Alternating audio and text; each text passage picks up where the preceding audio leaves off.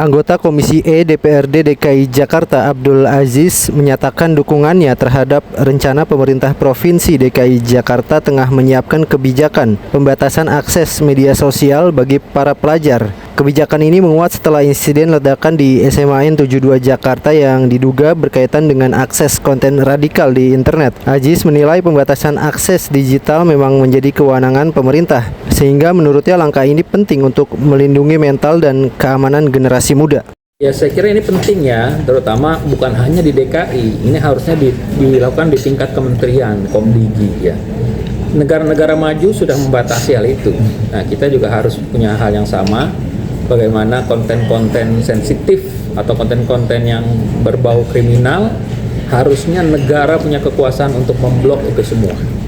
Ya, jangan sampai anak-anak remaja kita bisa akses ke sana ya dan sebagainya, nantinya akan disalahgunakan ilmu-ilmu itu sehingga berpotensi pada ketahanan dan pengamanan di negara kita ya. Saya kira bukan hanya Pemda DKI, harusnya ini kementerian yang melakukannya begitu ya. Tapi Yai setuju artinya mendukung dengan wacana kebijakan ini begitu. Sangat mendukung ya, bukan hanya konten-konten yang mengarah kepada ekstremisme, tapi yang kita khawatirkan juga konten-konten yang mengarah kepada pornografi misalnya.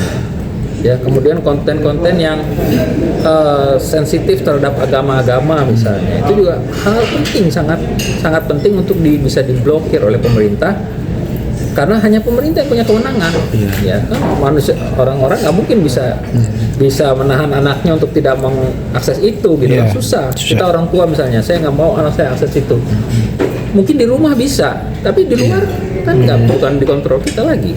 Nah, ini mestinya kewenangannya adalah bukan hanya di Pemda, tapi juga kementerian harus melakukan hal itu, dan itu demi masa depan bangsa kita ke depan, saya kira itu. Download Tribun X sekarang, menghadirkan lokal menjadi Indonesia.